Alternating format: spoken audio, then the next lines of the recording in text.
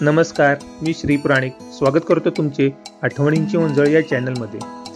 घेऊन आलोय आपल्यासाठी परत एक नवीन गोष्ट, ज्यात आपण दोन दिग्गज कलाकारांचे गमतीशीर किस्से अनुभवणार आहोत। कृपया हा व्हिडिओ शेवटपर्यंत बघावा, यात शेवटी आपल्याला नक्की मजा येईल।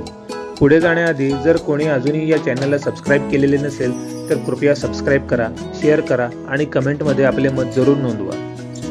कोणते अभंग गोऱ्या कुंभाराचे आणि कोणते काळ्या कुंभाराचे हे मला चांगलेच माहिती आहे, असे सुधीर फडके का म्हणाले असतील? तर ही गोष्ट आहे सुमारे 1966 ते 67च्या दरम्यान। त्या काळी गदी माडगुळकर आणि सुधीर फडके यांच्यामध्ये कोणत्या तरी कारणामुळे वाद झाला होता आणि दोघे एकमेकांशी बोलत नव्हते। त्यांनी एकत्र काम करणं थांबवलं होतं। दोन प्रतिभावंत कलावंतांमधील वादामुळे मराठी सिनेसृष्टीला मोठा फटका बसत होता, कारण या दोघांचेही चित्रपट आणि संगीत क्षेत्रावर अधिराज्य होते। पुढे 1967 साली गोरा कुंभार हा चित्रपट आला होता। या चित्रपटाच्या निर्मात्याला म्हणजेच विनायकराव सरस्वते यांना गदिमांची गाणी हवी होती आणि संगीत मात्र सुधीर फडकेंचे हवे होते, पण दोघांमध्ये असलेला अबोला हा मोठा अडसर होता। मग त्यांनी जरा युक्ती लढवली आणि दोघांनाही अंधारात ठेवून आधी गदिमांकडे जाऊन त्यांनी संत गोरा कुंभार चित्रपटासाठी गाणी लिहून घेतली। नंतर गदिमांनी त्यांना संगीतकाराबद्दल विचारले असता त्यांनी दुसरेच नाव ठोकून दिले।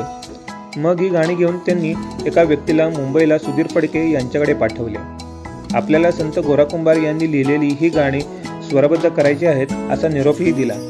गाणी देताना त्यांनी एकदम सगळी गाणी फडक्यांकडे दिली नाहीत, तर एक एक करत गाणी देत राहिले।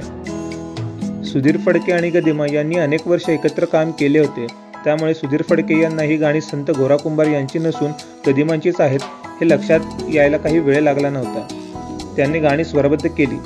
शेवटचे गाणे घेऊन जेव्हा निर्माते सुधीर फडके यांच्याकडे गेले त्यावेळी हे गोरा कुंभार यांचे शेवटचे गाणे असे म्हणून त्यांच्याकडे सुपूर्द केले होते।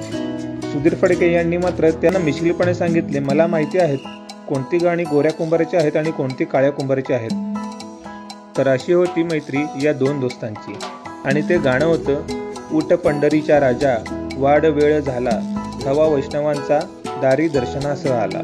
तर श्रोते हो, आपल्याला हा किस्सा कसा वाटला? जर अजूनही आपण आपल्या चॅनलला सबस्क्राईब केले नसेल तर कृपया सबस्क्राईब करा, शेअर करा आणि कमेंटमध्ये आपले मत जरूर नोंदवा। धन्यवाद।